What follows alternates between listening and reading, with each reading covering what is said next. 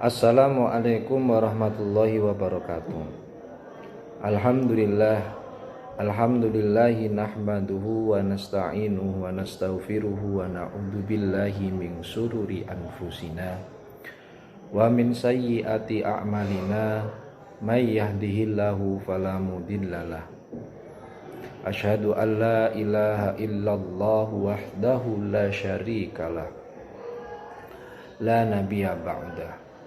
Allahumma salli wa sallim wa barik ala sayyidina wa nabiyina wa habibina wa qurrati a'yunina sayyidina wa maulana Muhammadin wa ala alihi wa sahbihi ajma'in, amma ba'du. Qala Allah ta'ala fi kitabihil karim, a'udzu billahi minasyaitonir rajim. Bismillahirrahmanirrahim. Ya ayyuhalladzina amanu kutiba alaikumus syamu kama kutiba alal ladzina min qablikum la'allakum tattaqun.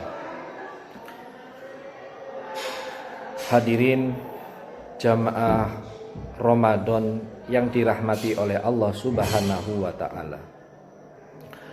Pada kesempatan yang mulia ini, di bulan yang penuh berkah ini, marilah kita bersama-sama merenungkan pentingnya dalam kehidupan berbangsa dan beragama, yaitu tentang pentingnya saling menghargai antara suku, adat istiadat, budaya, dan bahasa yang beraneka ragam di negara kita, Republik Indonesia ini.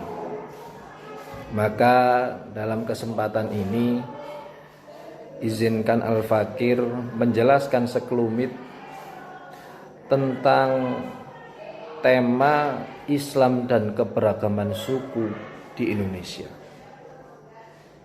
Sebagaimana kutipan ayat Al-Quran surat Al-Baqarah ayat 183 yang saya sebutkan di atas, bahwasanya kita diperintahkan untuk melaksanakan ibadah puasa, yang mana tujuan untuk melaksanakan ibadah puasa ini adalah kita menjadi manusia yang bertakwa. Bagaimanakah dikategorikan manusia yang bertakwa? Manusia yang bertakwa memiliki beberapa sifat, di antaranya adalah mereka tidak mementingkan egonya, tidak mementingkan syahwatnya, tidak mementingkan kepentingannya, akan tetapi lebih mementingkan perintah, lebih mementingkan segala apa yang dilarang oleh Allah untuk tidak dikerjakan dan menjalankan apa yang diperintahkan oleh Allah Subhanahu wa taala. Seperti kita menjadi warga negara Republik Indonesia, negara yang memiliki ratusan suku bangsa. Kita mengenal ada suku Jawa, ada Sunda, ada Madura, ada Batak, Bugis, Minangkabau, Dayak, Papua, dan lain sebagainya yang masih banyak, yang tidak bisa kita sebutkan satu persatu. Semua memiliki adat, bahasa, dan tradisi yang berbeda-beda. Perbedaan ini bukanlah semata-mata hasil dari rekayasa manusia. Perbedaan ini memang lahir dan diciptakan oleh Allah Subhanahu wa taala. Sebagaimana kutipan surat Al-Hujurat ayat 13 menjelaskan, ya ayyuhan nas inna khalaqnakum min dzakarin wa unsa wa ja'alnakum syu'uban wa qabaila lita'arafu. Wahai manusia, sesungguhnya aku khalaqnakum telah menjadikan kalian semua min dzakarin wa unsa, dari golongan laki-laki dan golongan perempuan, wa ja'alnakum syu'uban wa qabaila, dan aku jadikan kalian semua bersuku-suku, beraneka suku, beraneka qabilah, beraneka adat ras. Tujuannya Allah lita'arafu, supaya kita saling mengenal. Dalam penggalan ayat ini sudah jelas bahwasanya Allah menciptakan perbedaan adat, suku, ras, budaya, supaya kita lebih lita'arofu, saling mengenal, saling menghargai, saling menghormati, saling mentoleransi. Tidak ada perbedaan di antara kita. Yang membedakan hanyalah inna akramakum indallahi atqakum. Menurut Allah Subhanahu wa ta'ala, yang membedakan di antara kalian semua bukanlah adat, bukanlah ras, bukan suku, bukan warna kulit, tapi yang membedakan adalah yang paling bertakwa di antara kalian semua. Maka sudah selayaknya kita selalu meningkatkan keimanan dan ketakwaan kita tanpa memandang bulu ras, suku dan budaya kita seperti apa. Sudah sewajarnya juga kita sebagai manusia untuk saling menghormati sesama manusia, terlebih-lebih bangsa kita, bangsa Indonesia, memiliki beraneka ragam suku, budaya, ras dan bahasa. Kita harus saling menghargai. Bahkan di era sebelum Islam datang, masyarakat Arab pun hidup dalam kondisi fanatisme yang cukup tinggi. Mereka saling menjatuhkan satu sama lain, sampai-sampai Nabi Muhammad SAW bersabda, "Wahai manusia, sesungguhnya Tuhan kalian satu, Bapak kalian juga satu." Tidak ada keutamaan orang Arab atas non-Arab. Tidak juga ada keutamaan orang non-Arab atas Arab. Dan juga tidak ada keutamaan orang yang berkulit putih atas orang yang berkulit hitam, dan orang yang berkulit hitam atas orang yang berkulit putih. Dari penggalan hadis ini menunjukkan bahwasanya sejak zaman dahulu kala memang fanatisme, perbedaan suku, intoleransi sangat tinggi.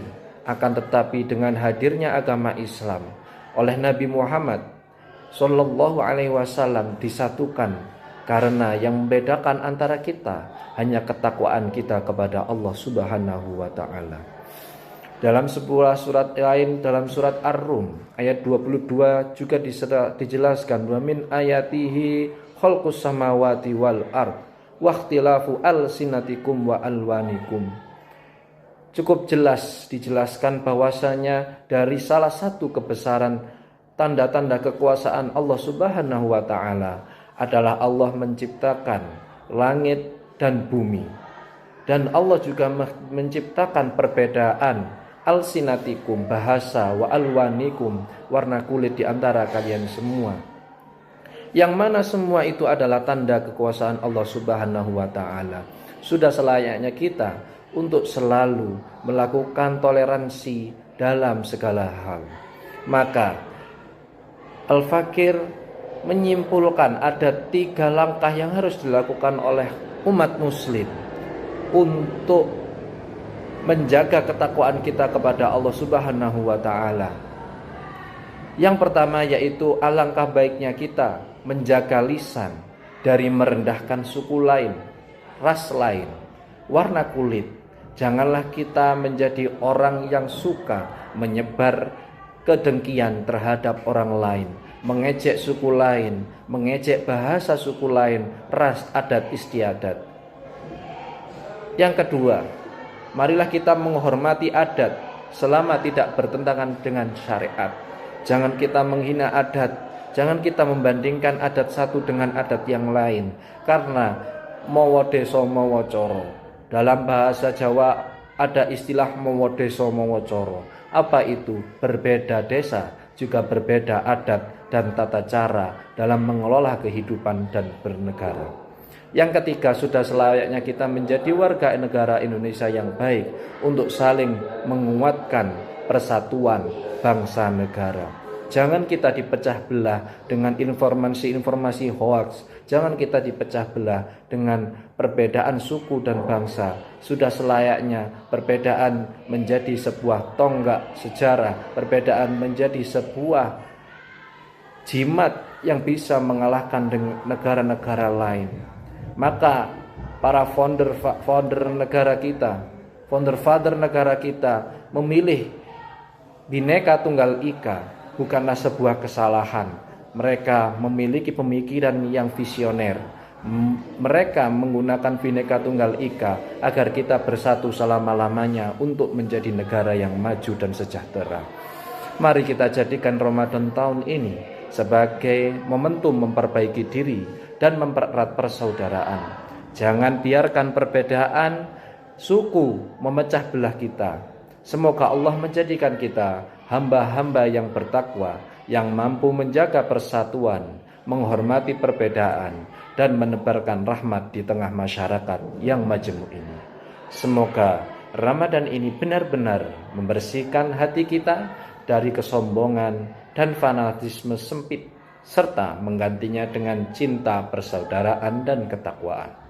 Akhirnya, marilah kita tutup dengan doa, semoga Allah menerima seluruh amal ibadah kita di bulan suci ini. Wallahul muwafiq ila aqwamit thoriq. Wassalamualaikum warahmatullahi wabarakatuh. Assalamualaikum.